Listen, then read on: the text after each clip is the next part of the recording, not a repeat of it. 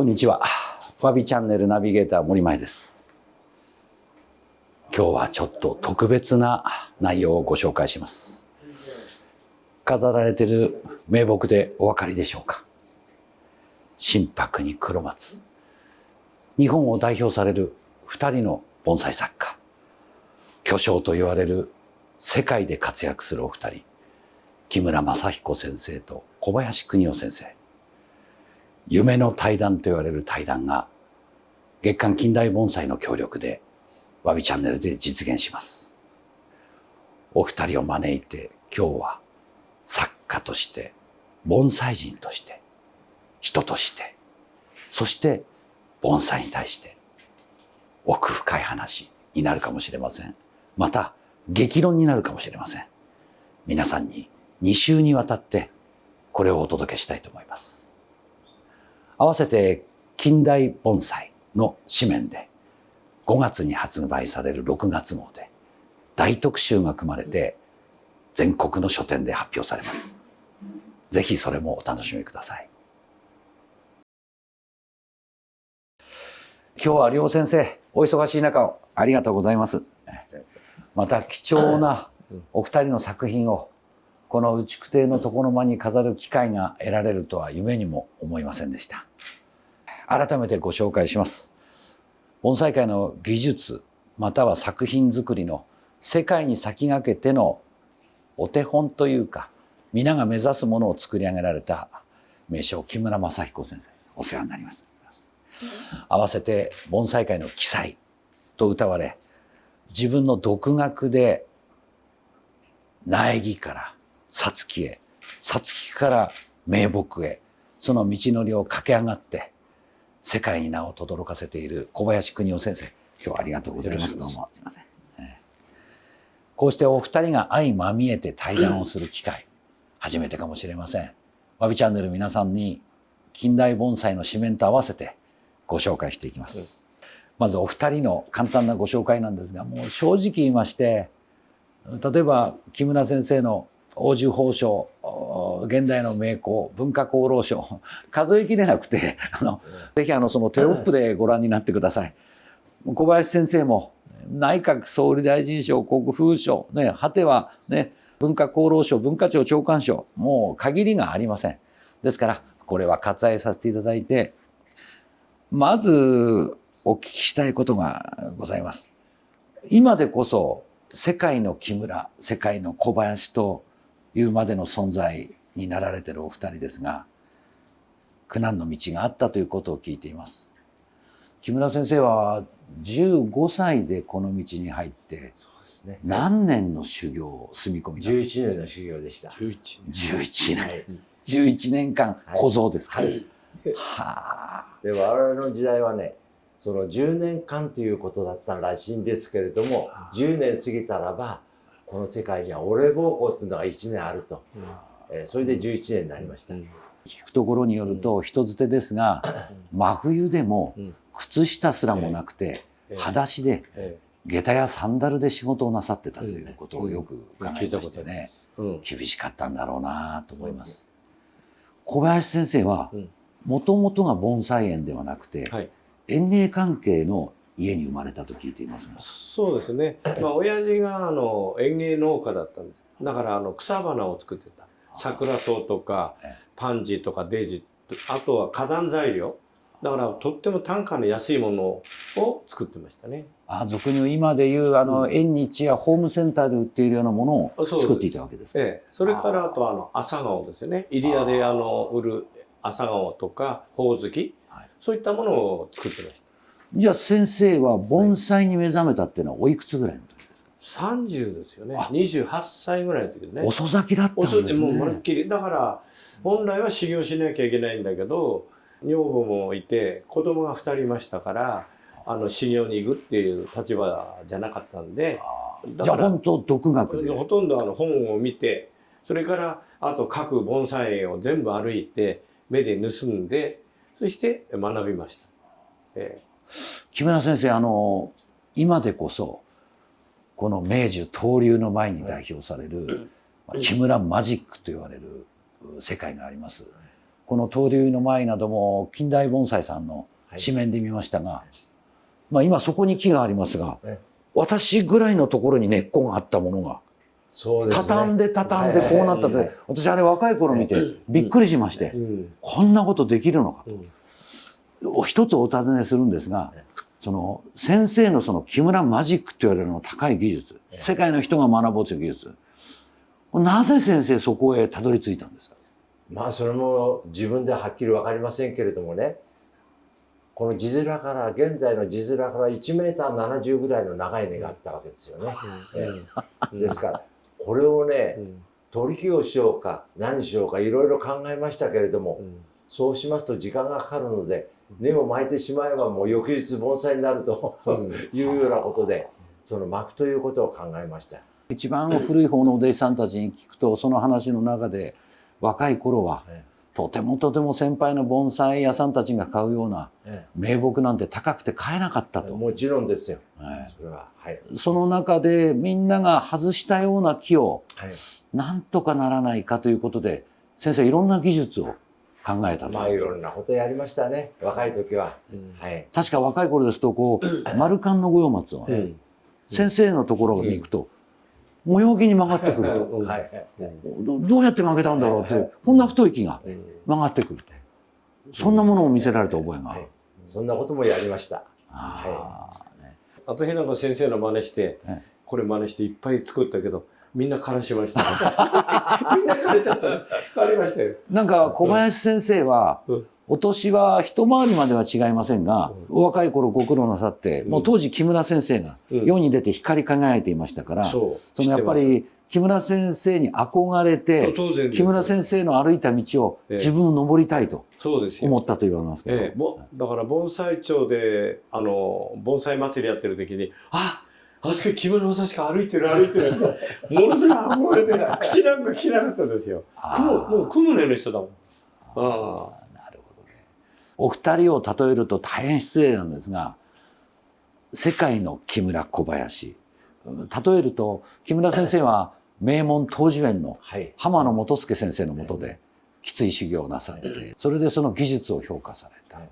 そこからご自分の木村マジックという世界までたどり着いて、画家でいうと近代日本画を築いた横山大観、片や小林先生は、まあ世の中全部が師匠だという考えで、師がなく、それで今言った途中作用のような年で、そこから頑張って駆け上がったと。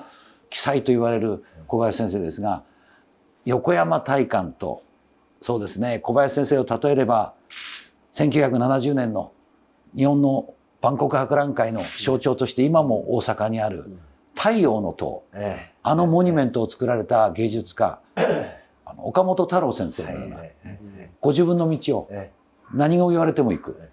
まるでそんな印象を受けますね。すごい例えだな。いえ、でもお二人ともやっぱり上り詰めたものっていうのがございますから、今日はそんなお話をいろいろお伺いしたいと思います。求めようとしてきたその盆栽の像、ご自分が描く盆栽像とはどんなものだったでしょうか？私なんかの場合はその野心的なね、考えが強くありまして、現在にないものをなんとか自分の世界を作ってみたいと、そんなことはもう絶えず考えてましたね。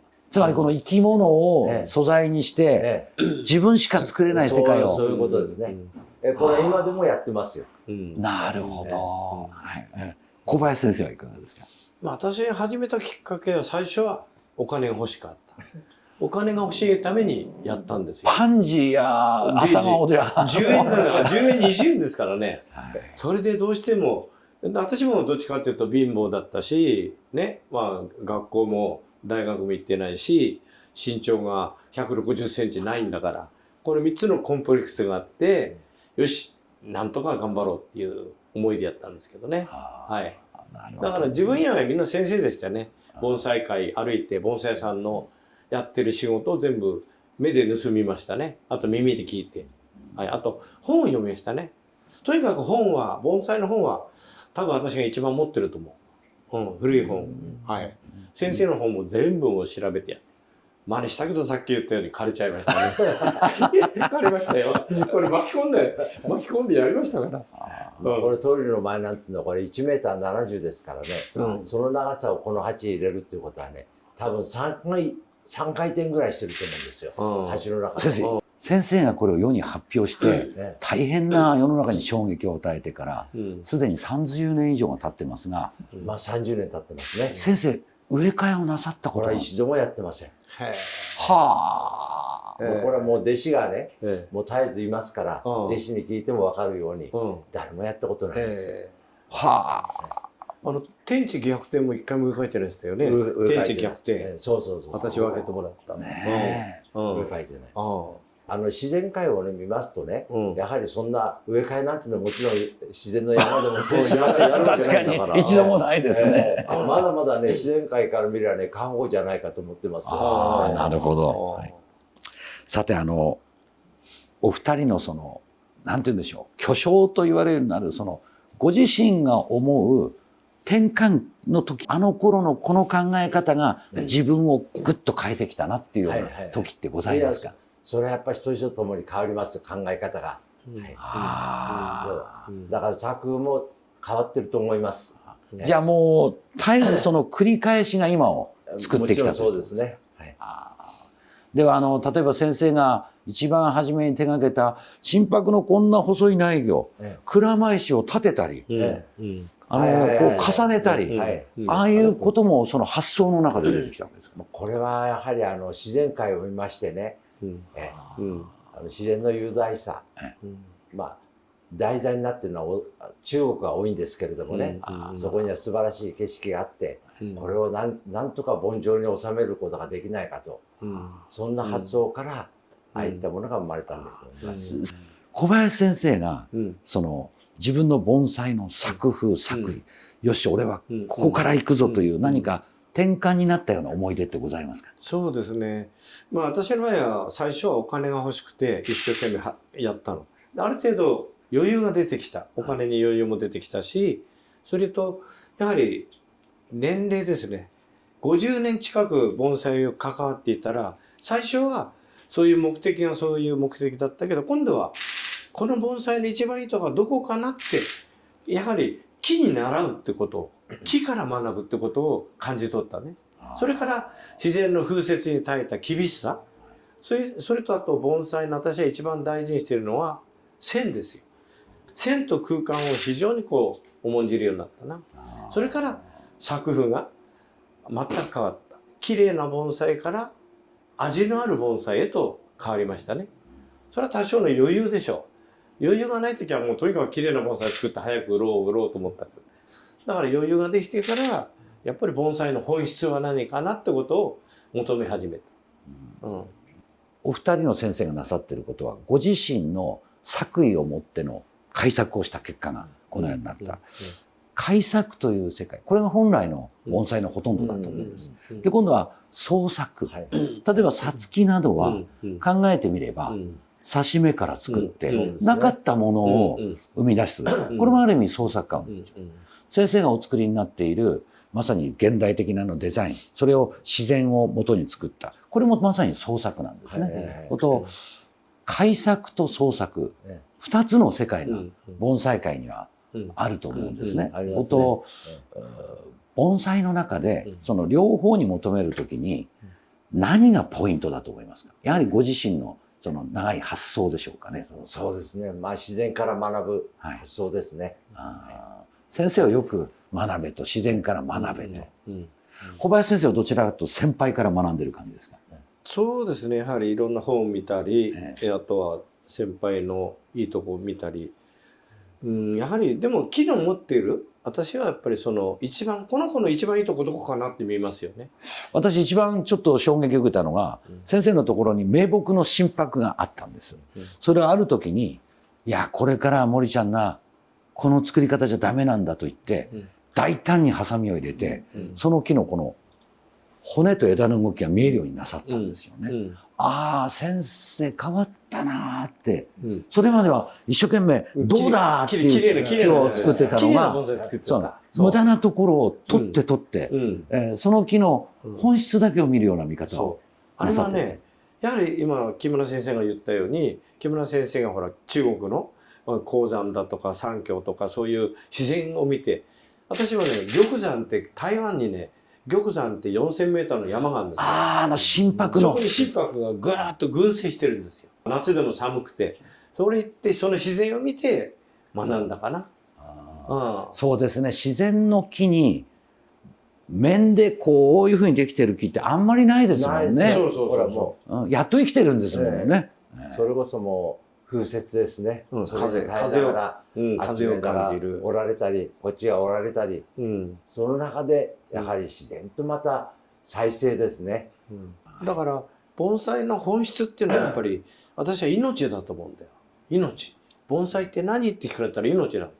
だからその風雪に今先生が言った風雪に耐えながらでも生きる命、それを表現したくなったんですよね。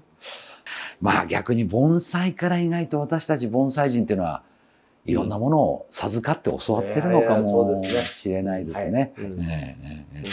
ありがとうございます。どうでしょう、例えばこの東流の舞、39年前に世界に発表した時の衝撃、そこからその基本的な先生のお作りになった姿を変えずに歳月が経っています。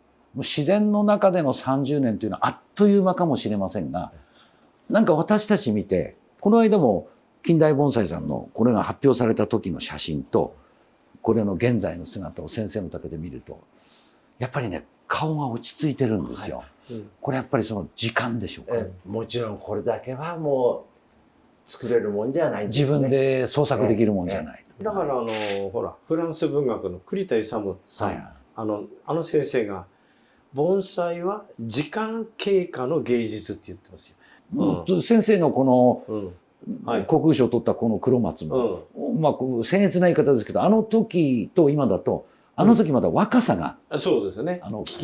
美しい若さがあったと思うんですよ。勢いがあったんですね。私に欲が見え今はその枝のね、そのロータケた、なんて言うんでしょう、荘厳さっていうのが出ているようにも感じますよね、本当に。どうでしょう、若い時の作品っていうのは、今見るとこういうものって。恥ずかしい。いっぱいありますよ。本に残っちゃってるので恥ずかしいなとかありますよ。誰もがそうでしょうかね。勢いで作っていきますからね。でもその挑戦がないとたどり着けない。もちろんですね。こんなのどうだろう、こういうことやっていいかなっていうことの、どうでしょう、こうやってお二人とも半世紀の盆栽人生の中で、盆栽というものを携えていかがでしょうか。自分は盆栽を通してこうありたいというような。やっぱり盆栽のおかげで自分は生かされて生きてるっていうかね。だから盆栽は私にとって天職であり趣味であり生きがいだって私は思ってますね。ですからこれから今度感謝の気持ちをどこで返すしたら、やはり今心拍を3000本の苗木をそれを畑に入れて作ろうと思ってますけどね。それ30年計画ですよ。30年って言うと私105歳になっちゃう。105になって私が死んじゃってもいいんで、その素材がいずれ世に出てくれればいいかなって、そういう夢がありますね。盆栽と同じように、この命を受け継ぐ責任があるのかもしれない。生み出す責任、受け継ぐ責任。